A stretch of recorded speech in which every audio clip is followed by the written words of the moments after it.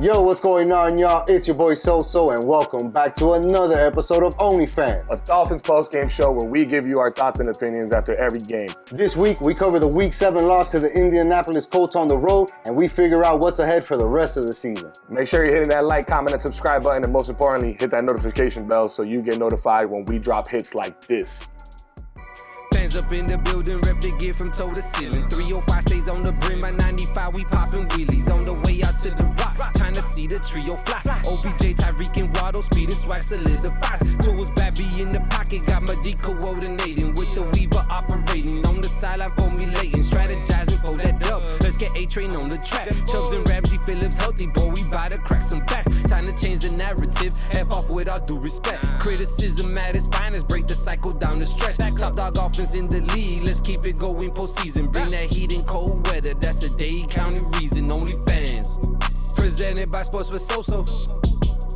Presented by Sports with So-So. It's funny, we literally just said it, right? Like, all right, we got that out the way, and you said it felt like that about the game. Yeah, I'm just glad. If you watch that game, come on, dog. If you watch that game, you're like, I'm glad this is over. Well, yes and no, right? Yes, you're glad it's over because the bad quarterback play should be at an end, right? But if we're focusing on what happened during that game, that 16-10 loss up in Indianapolis, like there's a lot that you got to take away from that game, and a lot of it is negative, right? One thing that we figured out as Dolphins fans is that we have not figured out the situation at quarterback, right? When you look at Tua's health, the backup situation, the backup situation, and who's in charge of that, and what's going on, and how the offense is looking.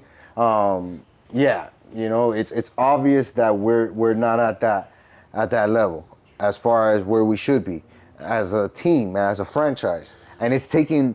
And it's showing its ugly head every single time that we get into a huddle and have to drop back. All right, so you want to do a quick recap of the game before we get to the X's and O's of our let's do it. Our needs as a franchise and our future. Yeah, let's do it. So Tyler Huntley. Tyler Snoop Huntley. Put some respect on the man's name, all right? Yeah, I guess whatever. He gets to start. He throws his first NFL touchdown in this game, so. Yeah, and or not in the first NFL, first Dolphins touchdown. And the way that he did it was on the back of the running game, right? Because the running game got them into position, and we weren't able to throw the balls down the side. There were plenty of opportunities that he had to find a Waddle, find the Tyreek Hill, find the Burials out there on the flats and out running routes, and he was just scared to pull the trigger, which caused McDaniel to run the ball more often, which worked out because both Achane and Mostert did good, right? They both had over 50 yards. Achane had 77. Raheem finished with 50. Raheem did have the fumble. He did have the fumble, but that's later on in the game, right? That cost us. But we're talking about when we scored that touchdown, we were like, all right, okay. we're putting ourselves in a position. We're like, all right, we're going to be able to win this game because we're building some type of momentum on the offense. Yeah, and it just died. It died. Well, I mean, we gotta point out the fact that Tyler Huntley does go down, rushing for a first down, ends up getting tackled, falling on his shoulder, comes up immediately, and he's holding his shoulder, he's having issues, and he goes out of the game immediately. So there's no coincidence that the nosedive that was that Dolphins loss, happened at the same time that Tyler Huntley goes down in the game. I'm not saying he was fantastic. Right. I had already, I think I sent you a text, I was like, we need the defense to step it up because, like, Tyler Huntley alone isn't, we can't rely on that. But when he goes down, there goes every chance or any chance the Dolphins had against the Colts on the road. Yeah, for sure. I mean, but you also have to point out that Tyler Huntley didn't look good. I did. Right? I literally just said that. And you have to say that that's the bigger negative than the fact that he was able to be a part of it. But you don't think that if he plays that second half, the Dolphins have a better chance? I mean, we scored 10 points with him in the first half. He barely targeted. Zero points in the second half. He barely targeted Tyreek Hill. But he found, and again, it's not that I'm saying I like this, but he did find Jonnu Smith a few times, and that was his one lone touchdown. He got some production, and then we had the running game going for us. I think if we can at least have that in the second half. I think that what the misconception is right there is that he did enough, right, to move the ball and say, well, maybe he could continue to do enough. But the fact that he had to rely on that 3-yard pass, 5-yard pass to Jonnu Smith over and over and over again shows you that he was extremely limited. on his decision making, on his ability to make reads, on his ability to make throws, because he's going for the safest route every single time. And this shit ain't flag football, dog, where you're gonna gain 7 yards at a time and move the ball downfield. That's not gonna work like that. You know, credit to Jonnu Smith for making more than what he could have done. He had crazy yak on the day, right? He ended up with what? 96 yards, dog, 7 catches. Let's go, right? And a touchdown, no? And a touchdown. But a lot of that is yak. A lot of that is him doing extra because he's right there. It's literally snap, block somebody, turn around, and Tyler Huntley is like, boom. And we saw the same thing happen, and that's why I said it died, because it really showed itself in the second half, because no matter who's at quarterback, we don't have somebody who can throw the ball out to our guys that need it. And that pisses me off, because now that's a McDaniel problem. Because, yeah, this is another week where you had time to prepare and get an offense ready, dummy-proof, right, for whoever is playing fucking quarterback, because you know you don't have good options, right, between your starter and the backup. So why not, you know what I'm saying, come up with something easier, something that we can throw the ball. And if we can't, then again, that's on you, because you made that decision to go with that quarterback. So let me ask you this question then. You know, Tyler does go down, and then in comes Tim Boyle. Yeah. Right? That's his name, I believe. Tim Boyle. And he doesn't play anywhere near, you know, what we can at least pass off as decent, to say the least. Sit over this way a little bit. And so we end up, you know, not scoring anything, you know, with him under center. And a few people asked, where's Skylar Thompson? Hurt. And hurt because, again, him being careless during his play, not having that awareness, not being able to recognize windows for throwing the ball, not being able to recognize defenses being thrown at you, not being able to recognize what's open, what's not. Like, those are things that a top 15, top 20 quarterback should have. Nice. And we don't have one. We don't have one. So, but I mean, so you're going to put that on McDaniels? I know you're going to put it on Greer. Somewhat. For sure. Somewhat. He still hasn't been fired. Because the game plan failed miserably. The game plan failed miserably. Coming out of the bye week, it wasn't great. 28 carries between Mostert and I'm sorry. Less than that. Talk to me. 26 carries. Less than that. Between H.N. and Mostert. And how many, what was the time of possession? Do you have that stat there for everybody chance? I do. But I think that, like, even with time of possession, right, which we, I believe, lost, if I'm being honest. I'm sure we did, because it was a lot of 3 and outs. That game was miserable. That game was miserable to watch. 31 minutes to 28. All right, so, you know, it was even split pretty much, but it was miserable to watch, you know what I mean?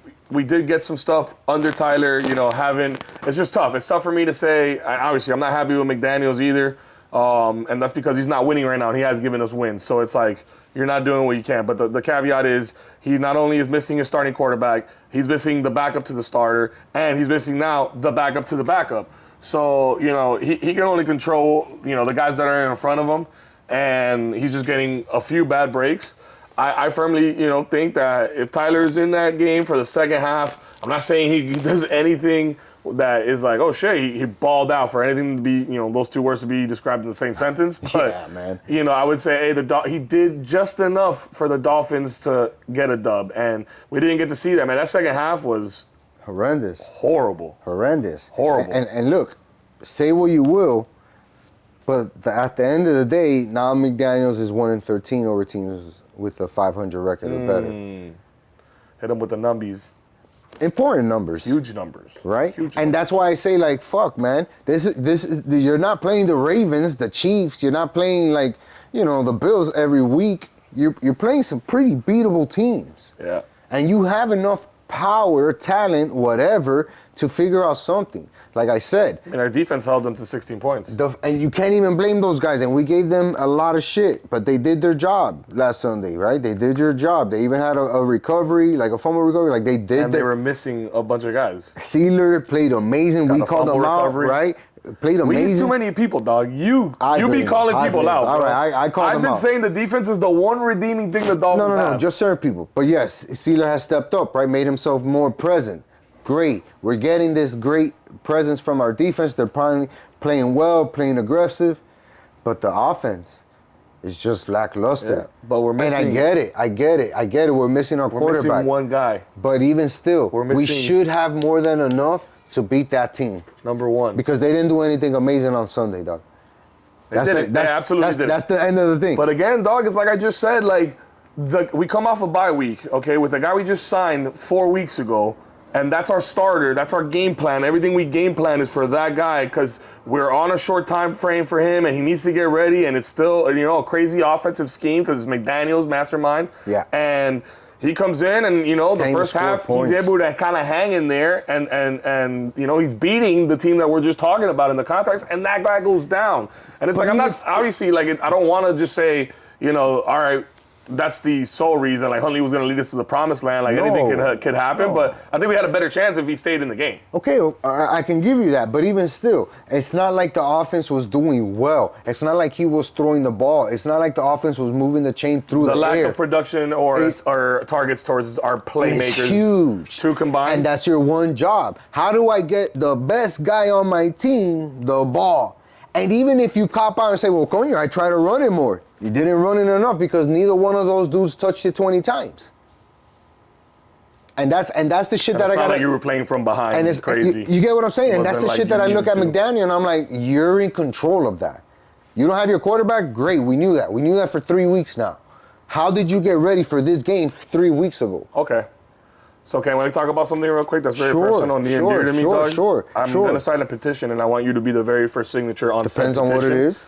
It's to remove Julian Hill from the Miami Dolphins roster. Yeah. Like, if that guy's not cut by the time this shit comes out, it's a problem. Dog, the amount of penalties that guy is responsible for. And not just him, too, either. Like, bro, sloppy play, dog. Like, we can't talk enough every week, week in and week out, about how many penalties the Dolphins incur on any given Sunday. Missing kicks, dumb penalties on special teams, dumb penalties on offense. That's a lack of discipline. All of that comes from the coach and the coaching staff. That's what that comes from. The X's and O's, you learn them, they adjust. The work ethic, the discipline, the discipline on the field, how you play, all of that is instilled during training camp. And that's a reflection of the leadership. That's why we've seen a change in McDaniel's appearance. He went from flashy South Beach guy, now he's a little bit more muted because things aren't going as well. You can't be rocking that shit and being fucking 2-4, right? So there are things that people are looking at now and saying, all right, you came in with the flash, you had the offense, you had the shebang, now where's the substance? And that's where we're at right now. Because realistically, this is not a team that's going to make the playoffs. We're 2-4 right now. Traditionally, any team that makes the playoffs in the AFC wins at least 9 to 10 games. That means that out of the remaining games, we could only really afford to lose 2. And we still have to play the Jets twice, and we still have to play Buffalo one more time. Yeah. Now, does that mean it's impossible? No. Or, crazier things have happened. It's football, right? Injuries are still yet to come. As they happen, right? But the biggest thing is, how good can we be from this point forward? Because now, that big-ass excuse that he had or was holding on to in his back pocket is no longer in his back pocket. We saw the return of Tua. He's coming back. I mean, it's not official yet. No, dude. The way that he was speaking at the podium today, saying that he'll die for this game, et cetera, like he's not going to wear the Guardian cap. He's not wearing the Guardian cap because personal choice. Chose to wear this week. Personal choice, right. As a guy who's had those type of problems, like, all right, dude, do your thing. But it's not going to really do that much more for him. I mean, I guess, I don't know. We don't want to get into the ins We don't know that, right? Because we're not doctors but that's what it exists for. Experts, or are we? Right? That's what it exists for. So even if it does, and why are you being that extra cautious if it's for yourself? Yeah, that's something obviously that's going to be, Personal choice, cool. Accept the responsibilities because now it's tied into McDaniel. Like I said, there's no more excuses for anybody. That game against the Cardinals coming up, like there's no excuses for anybody on that offense. Now there's a couple of people that we could exclude from that performance, right? Which is realistically 2 guys, Mostert maybe 3, and Achane, and maybe you can make a case for Jalen Wright because he's a rookie and he's coming in here and giving us everything he has. The very little I see of Jalen Wright, I love. Every single carry is like his last carry on earth, dog, and he runs that way. Jalen Wright, bro. For sure, right? For sure, and he did his thing. But those are the 3 guys that you can look at and be like, you guys have been consistent all season. Every time you get an opportunity, you make the most out of it. Every single time. Right? There are guys that we could point out on defense for sure, right? But as far as offense goes, there's only those 3 guys. And those guys don't even get the bulk of the touches. Something is wrong. Now we're going into week 8. We're 2-4. Bye week already passed, so there's no more saving grace of getting a break. You're going to have to play a lot of hard football moving forward to get where you want to get to. How good is McDaniels as a coach? How good is Tua as a quarterback? Can you come in and be like, dale, instant noodle, cook it up, and we're going back to scoring 30 points? Let's see. That's the big question. Because now, at this point, you're either looking at it 2 ways. Either a miracle happens and we make the playoffs, or we end up continuing to lose because we can't get our shit together and our injuries keep piling up, and now we're looking at the end of the season like, what's our next step? And in my mind, personally, I'm already thinking next step because I'm thinking we need to draft a quarterback in the first round. Whoa. Hey, prove me otherwise, dog. We're not quite there yet, but I totally hear you.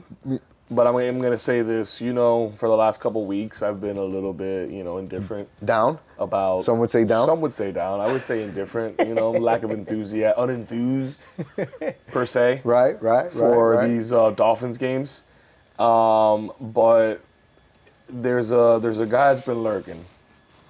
A guy that hasn't been here since week 2 when we played the Bills. A guy that is waiting to come back, and that's the delusional Dolphin. And he's here to say, I can channel him. I can channel his energy. He's talking to you? If I can really hone it in, he's telling me that Tua's return is going to lead to the resurgence of this Dolphins team. Wow. And they're going to go out there. They're going to play the Dolphins football that we saw last year. We're going to go out there. We're going to mop up teams. We're going to get our revenge against Buffalo. We're going to dog the Jets. Twice. In December. In the middle of the winter. I don't care where it is, when it is. We're going to mop those guys. Joel knows we're recording this, guys. And we're going to go into the playoffs the way that it was all intended to be. And it's only going to be because of one reason. What's that? Number 1. Tua Tagovailoa. I would love to say yes. The moment, if and when he goes down, another injury per se, doesn't necessarily have to be concussion-like. Mm-hmm. Any type of injury, he goes down, ankle injury, ACL, lo que sea. Wrap it up. That's the Dolphins season because everything that is this Dolphins team, McDaniels, the weapons on the outside, the weapons in the backfield, the defense that is, we have come to see how big of an impact Tua has to the overall scheme of things. I think McDaniel has a big impact too, dog, because even if you think about the play calling, right, and the lack thereof, it's been major. Yeah, but you've been hounding him. Hold on, give me 1 second. I'll give you one more point. Or give me 1 second. Let me get this out because I've been holding it in. Go ahead. Because I'm debating whether or not I want to say this, but I also got to point out, I got to play a little devil's advocate to McDaniels, okay? Right. The run game, the production is not there. But if you're a defensive coordinator for any given team, and you know that the guy that's taking the snap back there is no weapon to be afraid of, I get it. And all you got to do is press the 2 main assets that the Dolphins have, Waddle and Hill, over and over and over again, right. You're going to force us to run. So they're going to stack the box and play for that. Mm-hmm. So McDaniels is in a damned if you do, damned if you don't kind of situation until Tua comes back. When Tua comes back and we have that outside threat and that deep threat again, then that will open up more avenues and lanes for our running backs. I would understand that, Joel. But when you are as innovative, right, as McDaniel has been acclaimed to be, here's what you must do, right? You must adjust to whatever that you have right now. Because guess what? You're not always going to have all the shiny toys. Your quarterback may get hurt. You may lose your star wide receiver. You may lose an important D lineman. You may lose an important, linebacker. That shit is going to happen. How do you prepare for that? Where's your planning? Right? There's no way that you can tell me Mike McDaniel thought and said, well, no, I don't need to make any adjustments to the playbook this season because we're going to have everybody available for every single game. No fucking way, right? So that's why I can point out to him and say, all right, this is where you're lacking on your job, right? Your job is to make the best of whatever it is that we give you, right? Go out there and do that. As far as what the defense is making you do, they're taking away the top and giving you the run it down their throats, dog. That's why we pay these guys. And even if we do, we would be successful because these guys are averaging 4.5 yards a carry at least on the season. At least, right? So there's nothing data-wise to say, oh, you should stop giving it to the running game because it's not working. If anything, you use that to your advantage to pound these guys and then open up the top, right? I'll give you another small point on that. He runs the ball with guys that don't necessarily have the most experience running the ball. He's been using Alec Ingold a little bit too much. And I love Alec Ingold. You know me. We both love fullbacks, dog, right? And he's been amazing on this team. But when you're using him for important carries and the defensive coordinator can sniff that play out a mile away, that's on you. Because the shift, the line, the whatever, everything indicates we're going to this guy. And you don't even make the adjustment to say, let me fake it to him and maybe do a toss. Maybe do a quarterback keep with my quarterback who's a little bit mobile, right? And help him get into the groove of the game. Those are things that you should be able to do when you're innovative like that. Just for people who don't know, Alec Ingold ended up fumbling on that play. Correct, and it cost us the game because they went down, scored, and we never saw the lead again. They ended up going back to back to back and scoring. Right. And you can't even blame the defense because, again, the offense gave away the momentum, not the defense. Right? Yeah, but again, just to jump back in and play devil's advocate, it's like, bro, like, you're talking about you got to be able to change up the game and do different things, and you could argue that trying to give him the ball rather than Achane or somebody else, or Mostert, he's trying to do something to counter and switch, and it's like he just can't win. No matter what he does right now, the dude just can't win, and I like to say that is directly tied to Tua, So now if Tua comes back and is not making the correct decisions, which is the biggest concern as far as, decision making with his reads or even with his running, his scrambling. If he's not, getting the ball out quick, if he's holding on to it too long, you know what I mean? Things like that, then, all right, that's not on McDaniels then. Like, McDaniels is giving you everything that you need now. We have weapons, when you have the skill, only you can control now what you do. So at that point, it's like, I will have no other excuse when the Dolphins We barely don't find threw wide success. receiver screens. And that's something that we would burn when Tua was playing. That we would throw the wide receiver a little bit too much. 3 weeks ago, we were running it too much. I get it, but we haven't even ran it once. So him himself is limiting the offensive plays. And I get it. You're not going to be able to run everything with everybody. I understand that. But make do. Make do, because this was a beatable team. Now you're running into a harder part of your schedule, and you're banking on your boy coming back and saving the season. Yeah, that's where we are right now, dog. That's right. That's the point. That's facts. Everybody right now is banking on Tua coming back and saving the season. Let's be real. We're 2-4 right now. I mean, not everybody. A lot of people are gone already. Some people were never here. Some people that were fringe are already gone. I got half my body out the door. And then there's me, the delusional Dell fan, just deep in the center of it all, going, You're let's in there do flickering this. the lights. Finger guns galore. Doing tremendo strobe lights. Let's go to You're doing this in there. With your neon lights. I'm back in, baby. I'm back in. With my dog coming back, I feel, and again, it's kind of torn. I'm torn. You're going to feel great if we go out there and put up 40 on Arizona, right? Not even, bro. It doesn't even matter about that. What if if he makes good decisions, the offense looks like the offense again. Tyreek Hill gets involved again. We win the game. Little that might sound like a lot, but frankly, just some semblance of where we were. It doesn't need to be, everything need to be like on point, because we know it's first game action for him after taking 5-6 weeks off. There's going to be rust there. For sure. But how does he, again, if he does make the mistake, how does he bounce back from that? Okay. Does he compound them, or does he now make the smart adjustment and then get the ball moving and get us back in the game? We know the defense can hold it down. Let's be real. Arizona's not that powerhouse offense you know, that Marvin Harrison Jr. is a real threat. Yeah, you know, but and Kyler Murray is too, but they've been muted. Get to and we can contain. Yeah. So it comes down to the offense, hoping that Tua has a full week of practice. He looks good out there, hopefully nothing. Dog, is that even if in practice he takes any kind of hit? You better fucking. I'm not playing him. You better. I'm not playing him. Like think about it. Who you gonna start? Call it. At that point now, we start looking for the first round next year. At that point. Again, but damn, Joel, this is my point, dog. If we're at the point where we're worried about this guy getting touched in practice, right? Which obviously they're not touching him in practice. Can you imagine that, bro? He gets hurt in practice. He gets hurt in practice. That'd be crazy. Then you have to look at that as an option, dog. Drafting a quarterback in the first round. Injury, I think, bro. After you know the what I'm next saying? one, that's probably already happening. Those conversations are already happening, but. After the very next one, and even still, let's say best case scenario, Tua balls out. You still go after that first round quarterback. Why? Because you need some type of real insurance for the guy who you want there.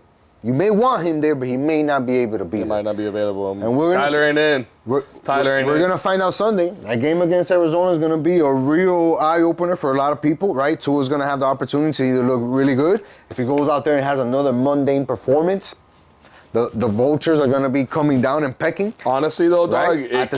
It can't be as bad as the last 4 games have been. So let's be real. It can't be. With Tua back, it cannot be as bad. I'm just going to say this, right? He didn't look great against Jacksonville, and he was looking like shit against Buffalo. Now this is another 3 or 4 weeks of him not playing football, real football, right? And trying to come into a season where teams are in fucking full ready mode. And he's still trying to get his feet on there. Sure, but he also it's a tall mountain to climb. Led the Dolphins to a win against the Jaguars 100%. At home, and he was also in the part of the game that 100%. He was playing against Buffalo. He did develop and generate drives and get points on the board. So I say that firmly, dog. With Tua back in, if he has a great week of practice and he's focused and he's healthy and no doubt, and God is with him, he se hace un despojo and he goes to the babalao and we light the candle or two and maybe sacrifice a couple of chickens or something. Walk backwards around the dining room table or you know whatever we got to do, we'll do it. You know, I'm ready to do it. You just tell me what to do. I will do it. What he needs to do and Mike McDaniel needs to do is get their shit together because I feel like the spotlight is already on Greer as far as who's to blame. And who else gets thrown out with the bathwater is still up for grabs. Yeah. You know? And the fact that those guys got paid don't mean shit to an owner like Stephen Ross because guess what? He has a ton of money. We don't have a ton of money. We're running out of light here.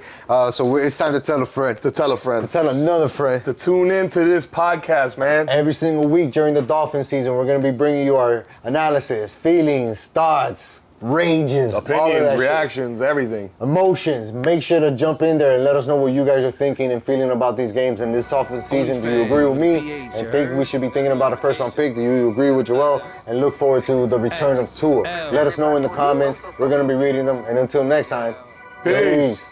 Fans up in the building, that's coming for sale, baby. Soon. Stays on the brim by 95, we popping wheelies on the way out to the rock. Time to see the trio fly. OBJ, Tyreek, and Waddle, speed and swag solidifies. Tua's Babby in the pocket, got Madi coordinating with the Weaver operating on the sideline, formulating, strategizing for that dub. Let's get A-Train on the track. Chubbs and Ramsey, Phillips healthy, boy, we bout to crack some backs. Time to change the narrative, F off with all due respect. Criticism at its finest, break the cycle down the stretch. Top dog offense in the league, let's keep it going postseason. Bring that heat in cold weather, that's a Dade County reason. OnlyFans, presented by Sports with Soso.